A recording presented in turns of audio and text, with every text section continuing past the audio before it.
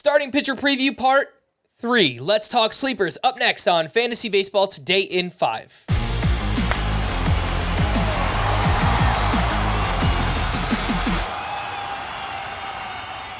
Welcome into FBT in 5. Today is Thursday, February 23rd. I am Frank Sanford, joined by Scott White, and here's a plan. We're just going to rattle off as many sleepers as we can get to, going outside of the top 200 picks in ADP. Scott, you're first. All right, I'm going to start with 4 pitchers who I think they're kind of the Mount Rushmore of pitchers who figured out how to make it work in the post-juice ball era without having a big strikeout rate. So we're kind of programmed not to like them in fantasy because they don't get the strikeouts, but relative to how they performed last year, they're going way late, way late. Nobody seems to want them. And those 4 pitchers are Merrill Kelly, Miles Michaelis, Tyler Anderson, and Martin Perez. I love the cost to benefit ratio of all 4 of those pitchers. I end up drafting them a lot. All right, I'm going to give you 2 names going between picks 200 and 300. John Gray at 208.2. Just going to continue chasing the dragon here. He got banged up in his final 2 starts, but before that, he had a 3.64 ERA, and his fastball velocity went up last year. His chase rate was a career high, 11.6% swinging strike rate, his highest since 2019. I think there's a lot to like there with John Gray. Just stay healthy. Ross Stripling is the other one at 294.2. We tell pitchers often, throw your best pitch more. That's exactly what Ross Stripling did last year. He threw his changeup a career-high 27% of the time. That is a really great pitch for him. As a result, the results were very good. Now he's pitching in a great ballpark in a great organization with the San Francisco Giants. I like Ross Stripling, and I feel like most people don't. Scott, back to you. All right, a couple pitchers who we were drafting pretty much like aces as recently as last year and for the past few years. But they were terrible, and pitching's become so deep that now they're being buried. And that's Jack Flaherty and Jose Berrios. I didn't expect to be high on them, but since nobody else is, it's like, okay, well, look at their track record. And, you know, they haven't lost velocity. There's still a lot of reason to believe they could bounce back, and I think the cost makes it worth it.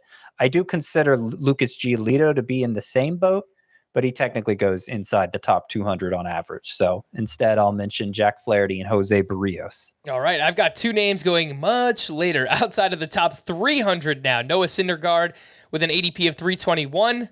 Just going to mention 3 names. Tyler Anderson, Andrew Heaney, Tony Gonsolin.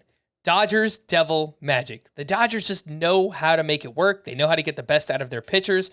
And apparently, we've already seen an uptick in Syndergaard's velocity in spring training. He worked out with Driveline this offseason, so that's the hope. Not going to be the Thor, the Syndergaard of old, but hopefully he can get him back on track. The other name is Roansy Contreras, who is a former prospect with the Pittsburgh Pirates. They were kind of jerking him around last year. Call him up, send him back down, call him up, send him back down. Over his final 8 starts, a 3.80 ERA. But what I was more impressed by, 13% swinging strike rate, and he threw his slider 42% of the time. Much like Ross Stripling, just throw your best pitch the most, and that is what Contreras was doing. It's a really, really good slider for him, so I'm hoping he brings that into this season as well. Scott, back to you. A few more sleepers. All right, I'm going to go with Trevor Rogers of the Marlins, who I had as a bust last year, and he did in fact bust, and he busted so hard that nobody wants anything to do with him anymore. But remember, he was being drafted last year in the same range as like Shane McClanahan and Alek Manoah. And so the way he's being written off now seems like it's gone too far, especially since it seemed like for a very brief period in the middle of last season, it seemed like Trevor Rogers had figured it out again. He landed on the IL with back spasms. He'd worked on his delivery while he was out, had a rehab start where he struck out 12 over 6 no-hit innings, and then he came back and for 3 starts had a 2.95 ERA, 0.93 whip, 10.8 K per 9, swinging strike rate way up, looking more like that 2021 breakout Trevor Rogers. And then he got hurt again. So we didn't get to see how he would have finished the year, but for the cost, like, I don't know, it seems no risk to me. All right, I'll give you one more name. Very deep leagues, AL only, deeper mixed leagues. Shintaro Fujinami. He's going outside the top 450 picks on average right now. Signed a one-year deal with the A's this offseason. Turns 29 years old in April. Really interesting story that he went pro out of high school. He was a first-round pick in Japan, and some people considered him better than Ohtani. And for the first couple of years in Japan, I'm not going to say they were right, but Fujinami was awesome. He was crushing it, bunch of strikeouts, great ratios, and then his control just fell apart, and everything went south. He's demoted to the minor leagues in Japan there for a while. He was a reliever.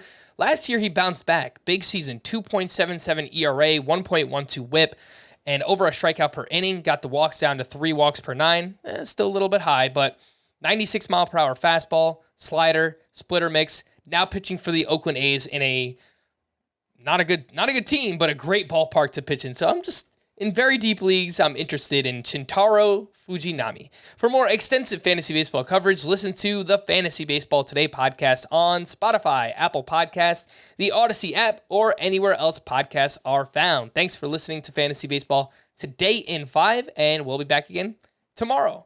Bye-bye.